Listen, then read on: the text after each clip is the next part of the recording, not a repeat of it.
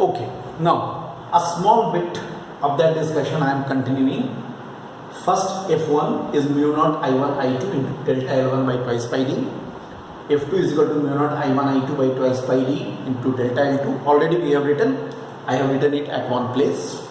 Then, these are the forces which are acting on delta L1 length of the first conductor, delta L2 length of the second conductor. Then, what is the force on unit length? What is the force acting on the unit length of each conductor? Length of each conductor. Look, force on unit length of each wire or conductor. F is equal to mu naught I1 I2 by twice pi d. According to this figure is the same. Are we getting this expression? Then I am putting a condition, very important condition, for I1 and I2 both equal to 1 ampere. If we consider D is equal to 1 meter, that is the distance of separation between them is 1 meter. Then F should be mu naught by twice pi, whose numerical value is 2 into 10 to the power minus 7. Obviously, force on unit length on Newton per meter. You will say how it has come. Actually, most probably I have forgot to tell you, mu naught by 4 pi has the value 10 to the power minus 7. Just like 1 by 4 pi epsilon naught has a value 9 into 10 to the power 9. Similarly, here mu naught by 4 pi has the value 10 to the power minus 7. So F is equal to mu naught by 2 pi.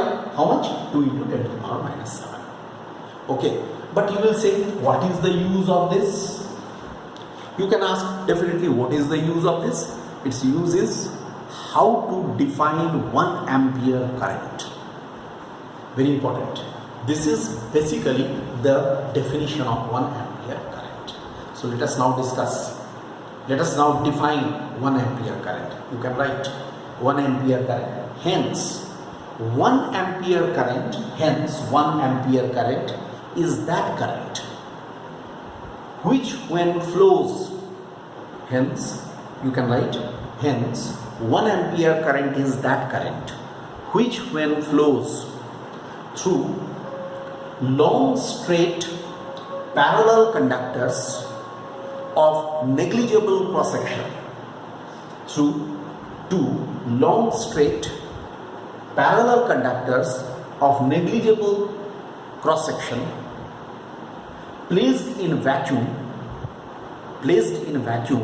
and separated by a distance of 1 meter. Are placed in vacuum and separated by a distance of 1 meter. Okay, a force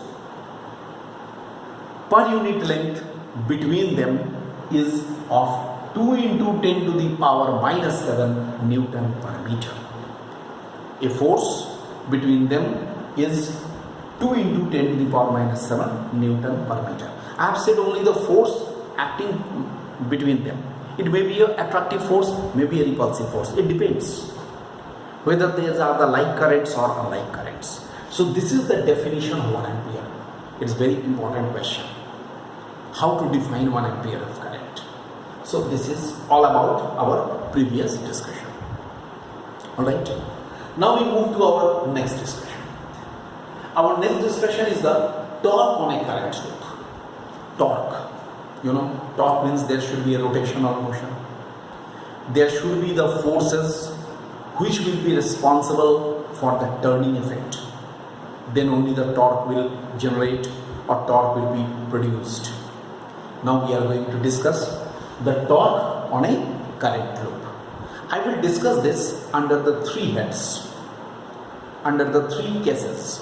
The first case, when the loop lies in the plane of the field as shown in the figure. Look at this.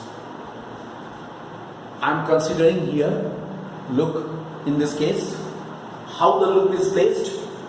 The loop is placed in such a way that field is, look, PQRS is a rectangular loop. I am describing now. PQRS is a rectangular loop having the length L and breadth B.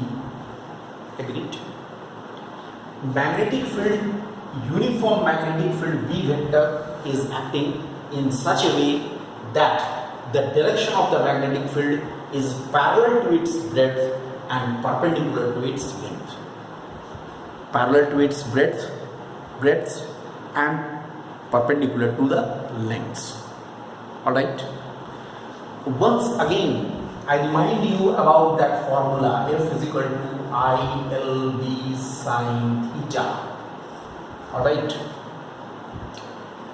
Here, look, since here in case of the breadth for PQ and Rs, okay, here the direction of the current will be the direction of the L vector.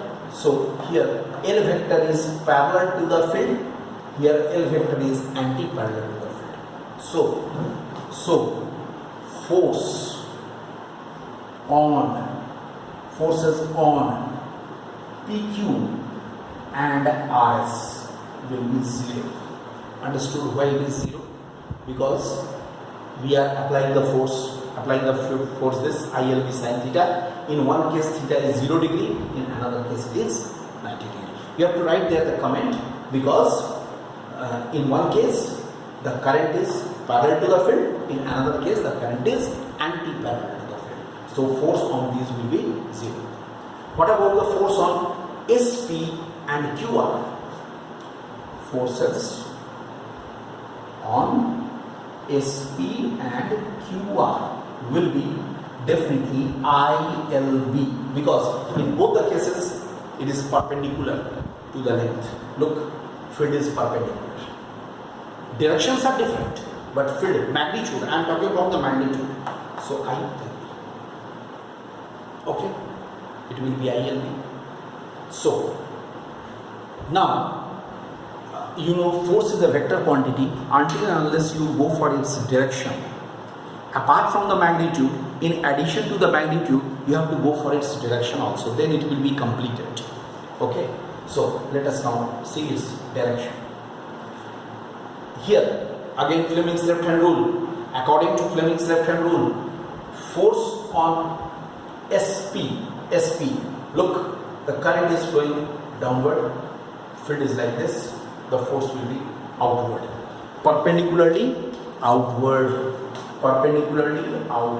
force is like this, perpendicularly outward.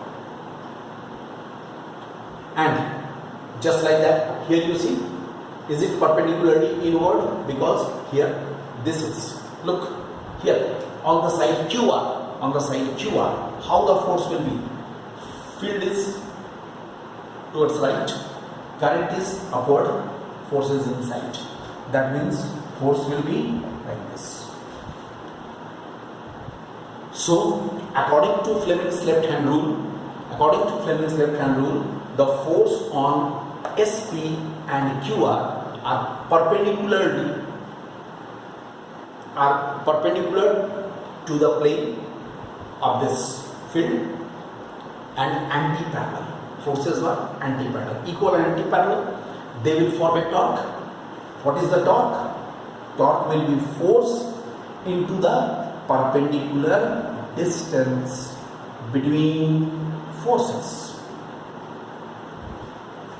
This is the rule. That's why we are getting ILB for the force, and perpendicular distance is definitely B.